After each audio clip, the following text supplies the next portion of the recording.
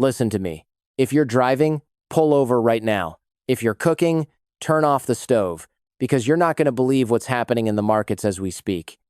January 22nd, 2026. Today, this week, 3 things happened that the media is treating as separate stories. Greenland over here, Japan over there, metals somewhere else. 3 different headlines, 3 different sections of the newspaper. But listen to me carefully. These aren't 3 stories. It's the same story. The same earthquake seen from 3 different angles. And once you understand it, once you see how all the pieces fit together, you'll realize why this isn't a correction. This is the beginning of the end of the system as we know it. I'm Carter, and today I'm going to connect the dots that nobody wants to see. The Buffett Indicator, Warren Buffett's own favorite metric, just hit 223.5%, all-time high, higher than before the dot-com crash, higher than before Lehman. The CAPE ratio is sitting at 40, a level we've only seen once in 150 years. Once. And silver just broke $96 an ounce. Today, a few hours ago, $96.57. The highest price in history, higher than 1980 when the Hunt brothers tried to corner the entire market. We've been saying this for years. They called us crazy, doomsayers, and now the bankers themselves are coming out and saying the system is falling apart. But the media wants to talk about Greenland. This isn't a healthy correction. This is a reset, and I'm going to prove it to you with numbers. Let's start with the Buffett Indicator, because this number is so obscene it deserves your full attention. What does it actually measure? It divides the total value of the stock market by the country's GDP. Basically, it asks, hey, how much is the market worth compared to what the economy actually produces? It's like measuring how big your ego is compared to your actual achievements.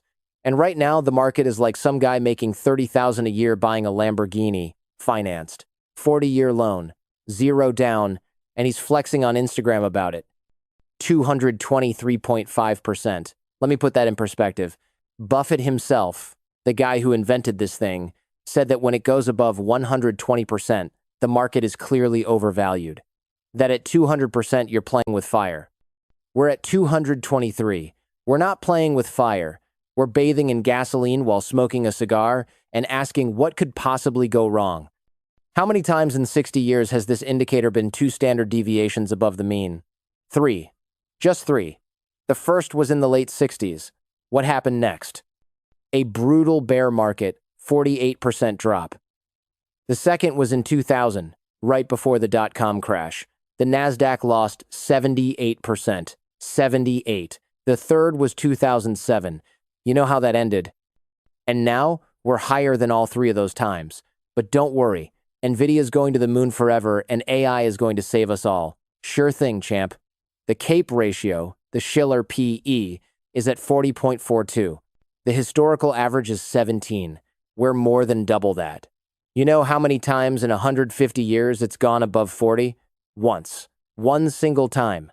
At the exact peak of the dot-com bubble, year 2000. What came after? A lost decade. 10 years where the market went nowhere while millions of people lost their homes, their jobs, and their savings. But hey, this time is different. This time, we've got ChatGPT. You know how many times I've heard this time is different? Exactly as many times as it turned out to be exactly the same. Now here's the part that really gets under my skin. The smokescreen. The theater. What are the media talking about while all these indicators are screaming red alert? Greenland, Trump wanting to buy a chunk of ice, 10% tariffs, 25%, some framework of a deal, some concept of a framework of a deal of a concept. It's like watching 2 kids fighting over a toy while the house burns down behind them. Look, don't get me wrong. $1.7 trillion in transatlantic trade isn't nothing. But this is the show, the distraction. The magician's trick while someone picks your pocket. Trump threatens tariffs on Saturday, markets tank Monday and Tuesday, the dollar crashes, investors sell American stocks and bonds at the same time. They're calling it the Sell America trade. And then, oh, surprise, Wednesday Trump meets with Rutte in Davos and suddenly there's a concept of a deal and the tariffs are suspended. Markets bounce, everyone breathes. Until next time. Sound familiar? On Wall Street, they already have a name for this. The taco trade. Trump always chickens out. They've turned it into a trading strategy. Threat, drop, backtrack, bounce. So predictable that the algorithms have it programmed in. Welcome to the most sophisticated market in the world. But here's what matters. What the media isn't telling you. While you were watching Greenland, two things happened. First, Treasury Secretary Scott Bessent said in Davos, and this is a direct quote, Denmark's investment in U.S. treasuries, like Denmark itself, is irrelevant. Irrelevant. That's how the U.S. Treasury Secretary talks about a NATO ally. That tells you everything you need to know about how they see the situation. Second, Europe holds $8 trillion in American assets. $8 trillion. Bonds, stocks, everything. Deutsche Bank published a report saying that if the Western alliance breaks down, it's not clear why Europeans would keep financing American deficits. Danish pension funds have already started selling. Academiker Pension is liquidating all its treasuries this month. Swedish fund Electa already sold most of theirs. Drops in a bucket. For now, they're just drops. But tsunamis start with drops. See how everything connects? Greenland isn't just Greenland. It's the excuse for Europe to start questioning whether it wants to keep lending money to the United States.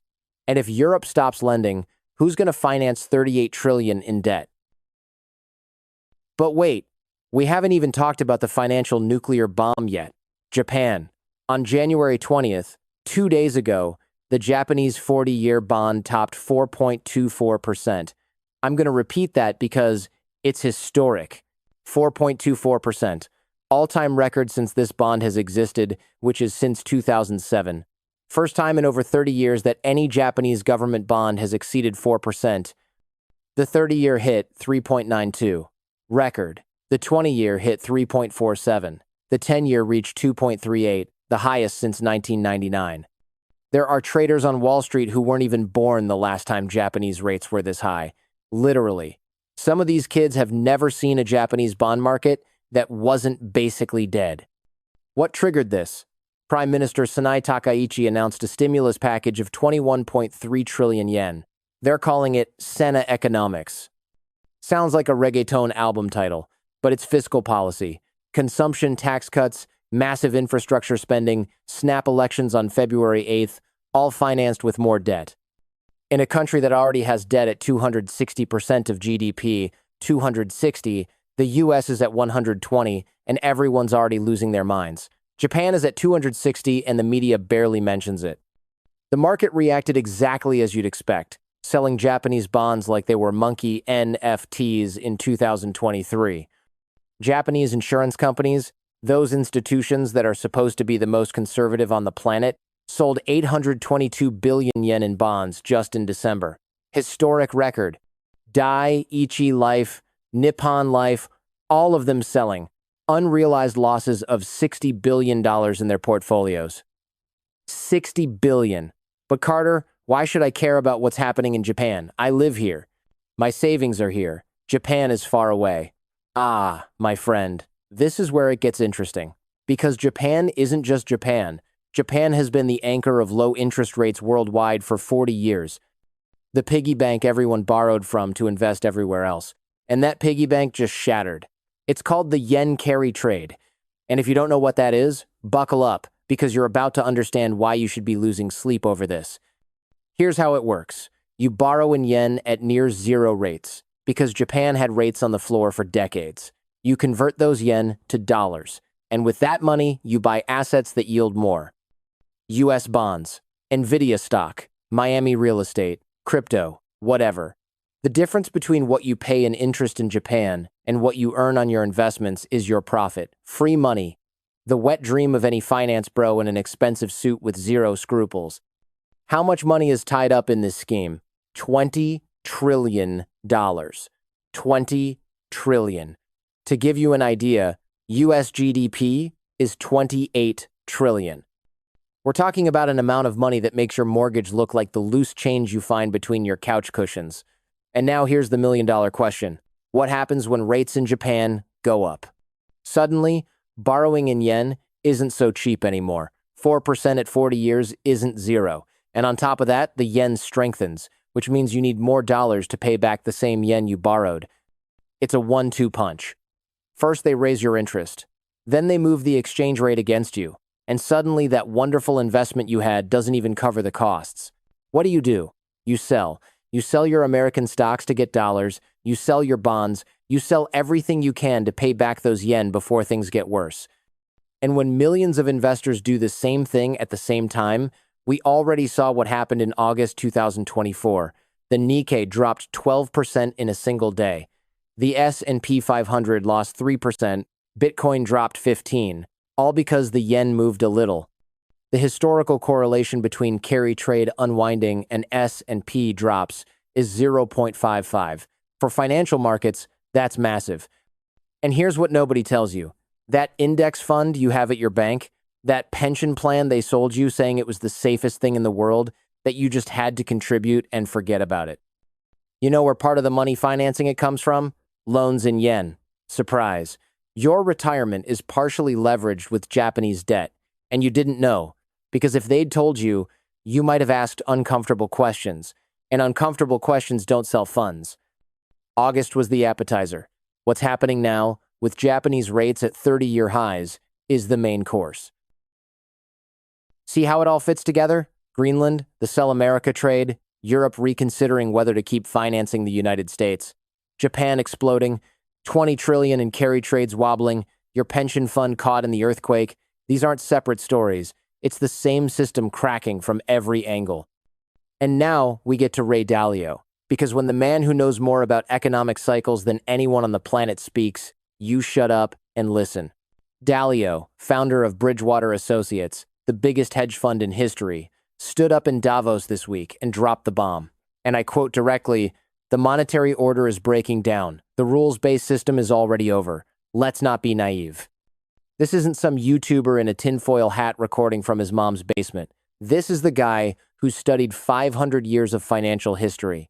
The one who predicted the 2008 crisis while everyone else said the housing market never goes down. The one who manages $150 billion.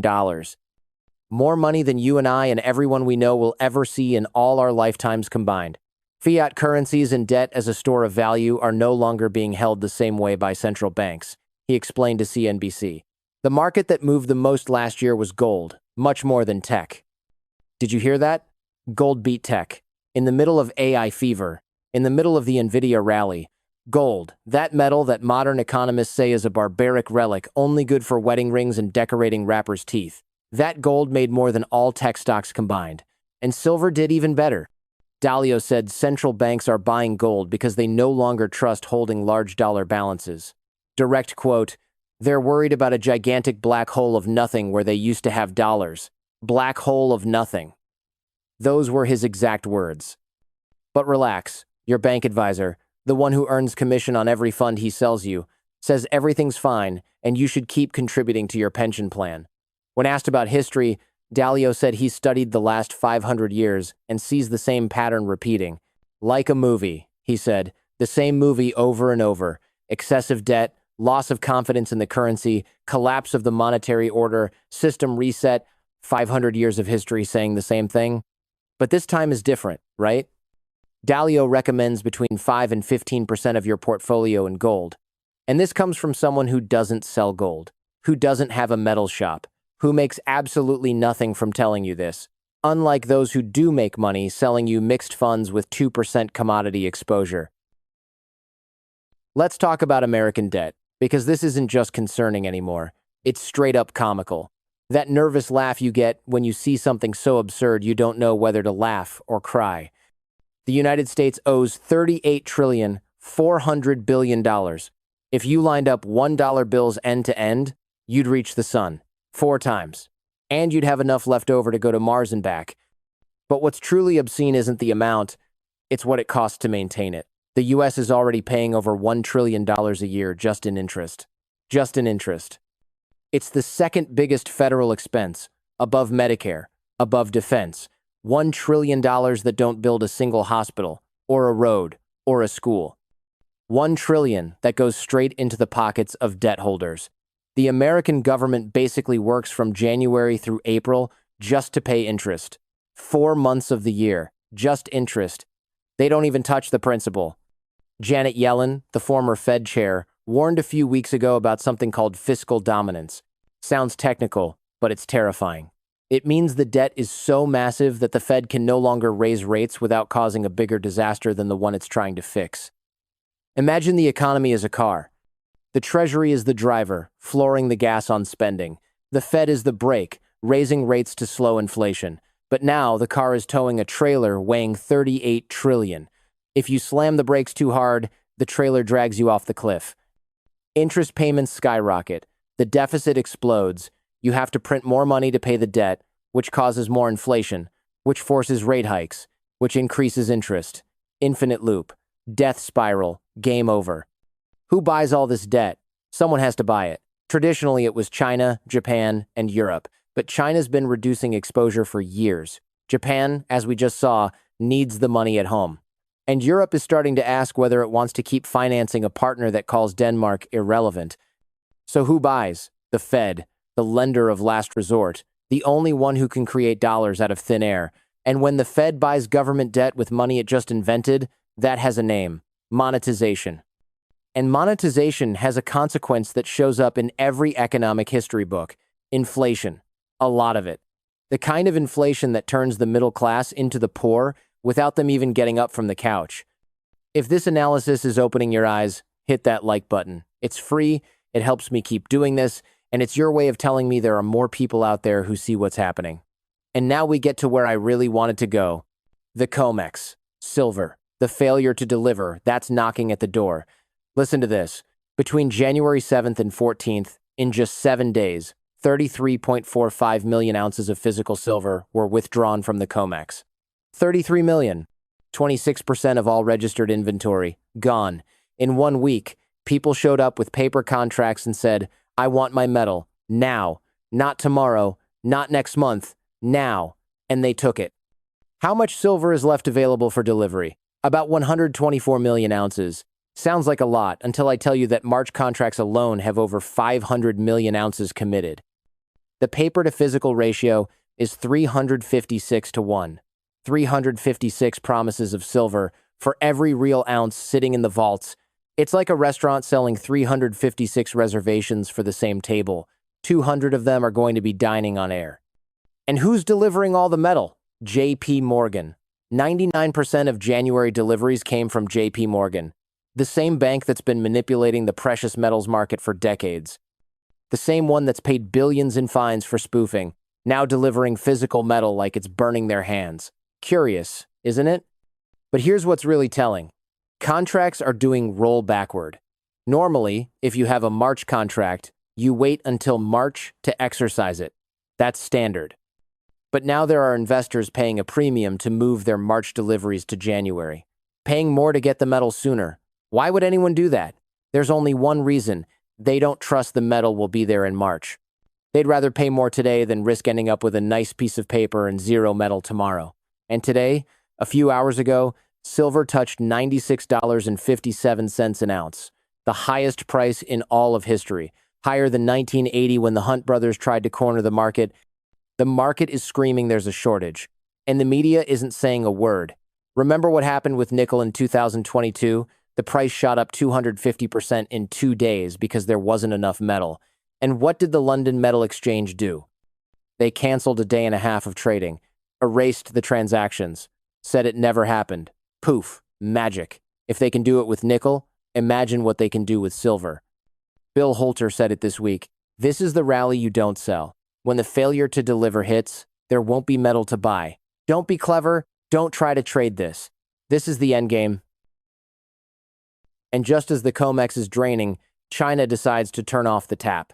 On January 1st, 2026, 3 weeks ago, the Chinese government implemented new export controls on silver.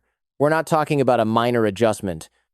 They reclassified silver as a strategic material at the same level as rare earths. Those minerals you need for batteries, semiconductors, military tech. Silver is no longer just another commodity for China. It's a weapon. From now on, only 44 companies are authorized to export silver from China. 44 in a country of 1.4 billion people. And to make that list, you need to produce at least 80 tons annually and have credit lines over $30 million. That shuts out hundreds of small and medium companies that used to export silver worldwide. Why does this matter? because China controls between 60 and 70% of the global refined silver supply. We're not talking about just another producer, we're talking about the tap. The only tap that really matters, and they just shut off the valve. In Shanghai, physical silver is already trading at a 12% premium over the Western COMEX price. If COMEX says $90, in China it costs over $100. There are two markets now. The Western paper market, where banks play with derivatives and promises, and the Eastern physical market, where real people want real metal, and the prices don't match. That divergence can't last forever. Elon Musk, who's not exactly a precious metals fan, tweeted about this last week. "This is not good," he said. "Silver is needed in many industrial processes." And he's right. Solar panels, semiconductors, electric cars, medical equipment, everything needs silver. And suddenly, the country that makes all that stuff no longer wants to share its silver with the rest of the world. The Silver Institute has been documenting global silver deficits for 4 consecutive years. 4 straight years consuming more silver than is being produced. And now the biggest supplier decides to keep the metal for itself. See the pattern? COMEX draining, China shutting down exports, price at all-time highs, investors moving up deliveries because they don't trust the system. Everything pointing in the same direction. Everything. All right, I've given you enough information to keep you up tonight. Now let's talk about what to do, because there's no point knowing the tsunami is coming if you're just going to stand on the beach watching it roll in. The calendar. There are dates you need to mark in red. February 8th is the snap election in Japan. If Takaichi wins with her populist platform, the Japanese bond market is going to keep bleeding. And that means more pressure on the carry trade, more forced selling, more volatility. Mark that date. March is the big delivery month at COMEX. The first day is first notice day, when contract holders have to say whether they want paper or metal. If January was chaos with 33 million ounces, March could be the moment the system says enough. Mark all of March. Now, the million-dollar question. What am I doing? Because I'm not going to tell you what you should do. I'm not your advisor. I don't know your situation.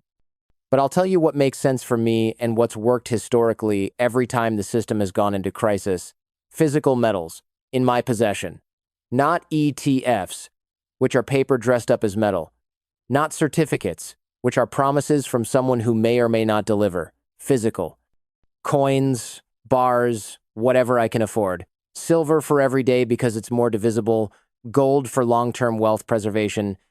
Bill Holter says it clearly, and I agree. If you sell your gold or silver, where do you put the money? In what currency? The dollar that's losing value every day? The euro with its own problems? The yen that's tanking? There's no alternative without counterparty risk. The only asset that can't go bankrupt, that doesn't depend on someone keeping their promise, is the one you hold in your hand. Reduce paper exposure, index funds trading at historic valuations, stocks of companies at 50 times earnings, bonds from governments in debt up to their eyeballs. All of that is promises, and promises break when the system comes under stress. It's always been that way. Cash ready for opportunities. When everything falls, and eventually it will fall, there will be bargains. Solid companies at fire sale prices. Real assets below their value. But I can only take advantage of those opportunities if I have cash available.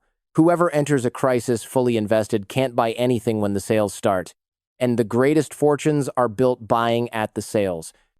And above all, I'm not trying to be the smartest guy in the room. I'm not trying to time it perfectly. I'm not trying to sell at the exact top and buy at the exact bottom. Professionals with supercomputers and math PhDs can't do it consistently. I'm not going to be able to either. I accumulate, I average in, I think long-term, and I sleep easy knowing I have insurance against chaos. That's priceless to me. Let's recap, because that was a lot of information and I want you to take away what's essential. This week, 3 things happened that seem separate but are the same earthquake. The Buffett Indicator at 223%, all-time high. Cape at 40, a level seen once in 150 years. Japanese bonds exploding, threatening 20 trillion in carry trades that finance everything from your pension plan to tech stocks. Ray Dalio saying in Davos that the monetary order is dead, that we need to stop being naive. 38 trillion in American debt, with 1 trillion a year just in interest. The COMEX draining at record speed. JP Morgan dumping metal like it's on fire. Contracts doing roll backward because nobody trusts March. China shutting down exports. Silver at $96. All-time historical high. Everything is connected. Everything pointing in the same direction. And the media keeps talking about healthy corrections while the Treasury Secretary calls a NATO ally irrelevant. I don't know exactly when it's going to blow up. Nobody does. Markets can stay irrational longer than you can stay solvent. But I know the indicators that predicted every crisis in the last 60 years are all flashing red. All of them. At the same time. And that has never ended well. Those who saw the '29 crash coming didn't just survive, they prospered while others stood in breadlines. Those who saw the .com crash coming sold in time and bought back for pennies. Those who saw 2008 coming accumulated gold and silver when everyone was laughing at them. The ones who laughed aren't laughing anymore. History doesn't repeat, but it rhymes. And right now, the rhyme is so clear, even a deaf man can hear it. This isn't a correction. It's a reset. And resets don't send warning letters. They don't call you on the phone. They don't give you a second chance. They arrive. And whoever was prepared survives, and whoever wasn't learns the most expensive lesson of their life. If you think like me, if you see what's happening, if you understand that the system we know has an expiration date, subscribe and hit that bell. This isn't the end. It's the beginning of an era that's going to define fortunes. And I want you to be on the right side. See you in the next video. Protect what's yours, because nobody else is going to do it for you.